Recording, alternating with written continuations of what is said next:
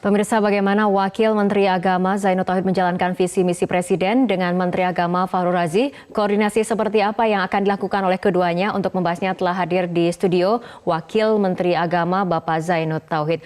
Selamat malam, Assalamualaikum Pak Wamen. Waalaikumsalam warahmatullahi wabarakatuh. Oke, Pak Wamen. Mbak Rara. Ya, ini mengenai latar belakang antara Anda dan juga Menteri. Anda dari P3 kental unsur NU-nya, sementara Pak Menteri berasal dari Purnawirawan TNI ataupun dari kalangan militer. Ini koordinasinya akan seperti apa? Apakah ini menjadi tantangan atau justru memudahkan? Ya, saya meyakini bahwa kami bisa melakukan koordinasi dengan Bapak Menteri Agama, Bapak Fahrul Razi. Apalagi beliau ini kan punya pengalaman di organisasi kemiliteran yang cukup panjang ya. Beliau jabatan terakhir sebagai Wakil Panglima ya. TNI, saya kira ini kami yakin bahwa beliau punya leadership yang bagus, manajerial yang bagus ya, sehingga itu akan memudahkan kami di dalam membangun koordinasi ya, membangun kerjasama dengan beliau. Nah, pasca diangkat ataupun Anda diangkat sebagai Wakil Menteri Agama, apakah sudah ada pembicaraan ataupun komunikasi dengan Menteri Agama sendiri mengenai pembagian tugas nantinya? Kami berjumpa dengan beliau ketika habis pelantikan, ya, beliau hadir di Istana Merdeka, memberikan ucapan selamat.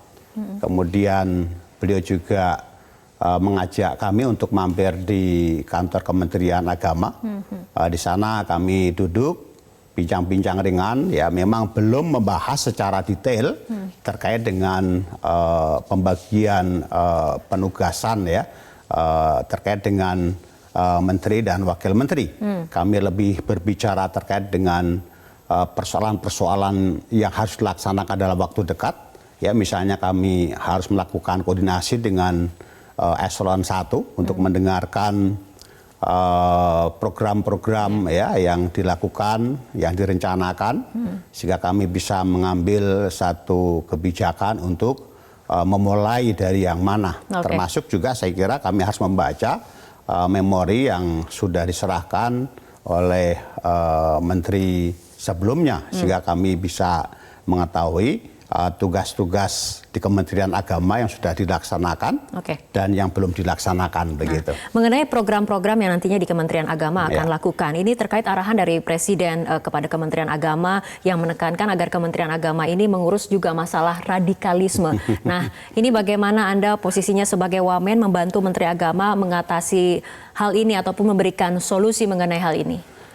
Benar bahwa salah satu yang diberikan amanat oleh Bapak Presiden adalah bagaimana Kementerian Agama memberikan solusi terhadap persoalan radikalisme yang akhir-akhir ini cukup menyita ya pembicaraan ya, kemudian juga di berbagai kesempatan juga tindakan-tindakan radikalisme, suka atau tidak suka, itu juga sudah terjadi. Tapi yang harus difahami secara penuh ya, secara utuh, bahwa kita harus mendudukan terkait dengan pemahaman kita terhadap radikalisme itu sendiri.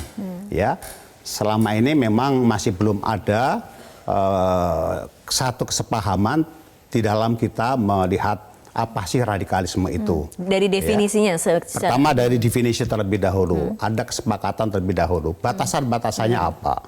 Ya, kemudian faktor yang mempengaruhi terjadinya radikalisme itu apa misalnya kan. Kemudian baru bagaimana kita mencari solusi mengatasi radikalisme itu.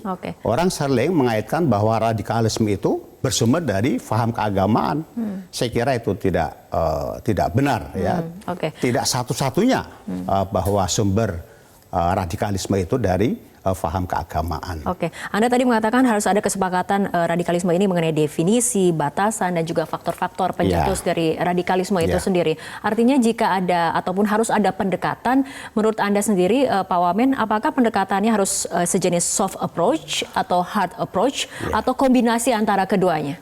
Jadi tergantung dari sumber masalahnya, akar masalahnya. Ya, kalau akar masalahnya itu bersumber dari faham keagamaan, ya, karena harus juga disadari bahwa memang ada sebagian dari kelompok masyarakat yang memiliki pemahaman yang keliru, ya, di dalam melaksanakan ajaran agama. Misalnya, ya, saya memberikan contoh, ada satu kelompok yang dia hanya mengakui kebenaran agama itu adalah yang diakui oleh dia sendiri. Sementara kelompok lain itu dianggap salah, dianggap sesat, bahkan sampai pada tingkat mengkafirkan. Ya, ini kan satu pemahaman keagamaan yang salah. Ya, juga dalam konteks, ya, ketika itu kemudian diturunkan dalam nilai-nilai kebangsaan.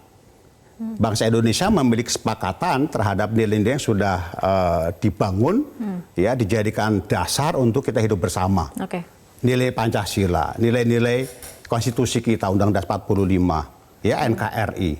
Nah, ada sebagian yang memahami bahwa nilai-nilai ini dianggap salah, bahkan itu dituduh tauhid misalnya, sesat, ya. Dalam konteks kebangsaan ini juga menurut kami, padan kami, paham yang seperti itu juga merupakan paham yang radikal, gitu. Nah, kalau seperti itu, saya kira bagaimana kita mengatasinya? Saya kira harus dimulai dari hulunya, ya, baru kemudian hilirnya.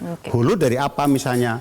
Nah, kalau sumber dari paham keagamaan, ya, bagaimana pendidikan keagamaan itu harus dirumuskan secara baik, dari mulai kurikulumnya, ya, tenaga pendidikannya, guru dan sebagainya. Artinya harus ada solusi ataupun pendekatan mulai dari hulu hingga ke hilir. Nah, Pak Wamen, Anda posisinya saat ini menjadi Wakil Menteri Agama dan juga Wakil Ketua Umum MUI. Nah, apakah akan menjalankan fungsi keduanya secara bersamaan atau seperti apa, Pak Wamen? Tapi tahan dulu jawabannya, karena kita harus ikuti jeda berikut terlebih dahulu.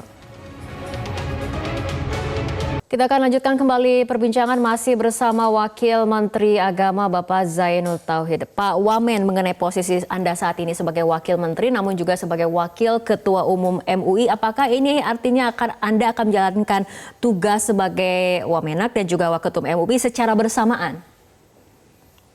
Insya Allah iya, begitu. Karena memang di dalam peraturan dasar dan peraturan rumah tangga MUI itu tidak ada larangan, ya, untuk rangkap jabatan, khususnya di tingkat wakil ketua umum, ya, dengan jabatan-jabatan politik, apakah itu di legislatif, apakah itu di eksekutif. Dulu saya menjabat di DPR, ya, dan saya juga wakil ketua umum, dan itu bisa berjalan dengan seiring sejalan. Artinya ini tidak akan berpengaruh pada kinerja ataupun fokus dari posisi Anda sebagai Wamen sendiri? Insya Allah nanti kami akan membuat waktu, ya, penjadwalan yang ketat tentunya. Ya. Nah, ini mengenai sertifikasi produk halal, karena ini berhubungan antara posisi Anda sebagai Waketum MUI dan juga Wamenak. Ini kan kemudian sertifikasi dari produk halal ini berpindah dari MUI ke Kementerian Agama. Nah, ini bagaimana Anda mengakomodir ataupun memandang hal ini? Iya, memang per tanggal 17 Oktober kemarin itu ada pengalihan kewenangan layanan sertifikasi halal dari MUI yang sudah dikelola selama 30 tahun kepada BPJPH. Ya, karena itu merupakan perintah undang-undang, yaitu Undang-Undang Nomor 33 tahun 2014. Ya. Di dalam undang-undang itu memang ada ketentuan waktunya bahwa sejak tanggal 17 pengelolaan jaminan produk halal itu diserahkan kepada BPJPH. Tapi harus difahami tidak sepenuhnya itu kemudian diserahkan kepada BPJPH. Ya, ada penugasan-penugasan kepada MUI, ya, yang masih juga melekat, ya. Misalnya pertama adalah terkait dengan sertifikasi auditor, ya, kemudian kehalalan produk, ya, melalui fatwa MUI, ya, kemudian Yang ketiga juga terkait dengan akreditasi LPH, lembaga pemeriksa halal. Ini masih juga menjadi kewenangan MUI. Nah, dalam konteks ini ketika terjadi peralihan memang ada satu masa kevakuman pelayanan ini yang kita khawatirkan. Ya, artinya MUI melalui LPPOM sudah tidak lagi diperbolehkan untuk melakukan pendaftaran, sementara dari BPCBH ya mungkin ya dari segi aspek organisasinya, aspek SDM-nya misalnya belum siap. Nah, ini kan dikhawatirkan terjadi kekosongan pelayanan untuk sertifikasi halal itu. Untuk itu saya kira perlu ada semacam pembicaraan lah supaya untuk mengatasi kekosongan ini. Ya, insya Allah saya akan melakukan mediasi agar ini bisa dilaksanakan dengan baik. Oke, Pak Wamen, kembali pada arahan dari Presiden Jokowi yang juga meminta Anda melakukan sinergi antara dunia usaha dan juga pesantren. Realisasinya akan seperti apa? Ya, sebenarnya sudah menurut informasi dari Dirjen Kemendis ya, salah satu dirjen di Kementerian Agama, Pendidikan Dasar di Kementerian Agama itu sudah membangun ya kerjasama dengan dunia usaha. Untuk apa? Untuk memberikan tambahan keterampilan kepada siswa-siswi baik itu di madrasah ya maupun di pesantren nantinya tentunya ya. Harapan kami ya mereka ini di samping ya memiliki kecerdasan ya. Akal pikirannya tapi juga memberi keterampilan nanti ketika sudah kembali kepada masyarakat. Sehingga ini juga disesuaikan dengan kebutuhan ke depan ya, tantangan ke depan. Baik Pak Wamen, selamat bekerja. Kita tunggu bagaimana terobosan-terobosan yang mungkin akan dilakukan di Kementerian Agama. Bapak Wakil Menteri Agama Zainud Tauhid, terima kasih telah bergabung bersama kami malam hari ini dalam Prime Time News. Terima kasih Pak Rara.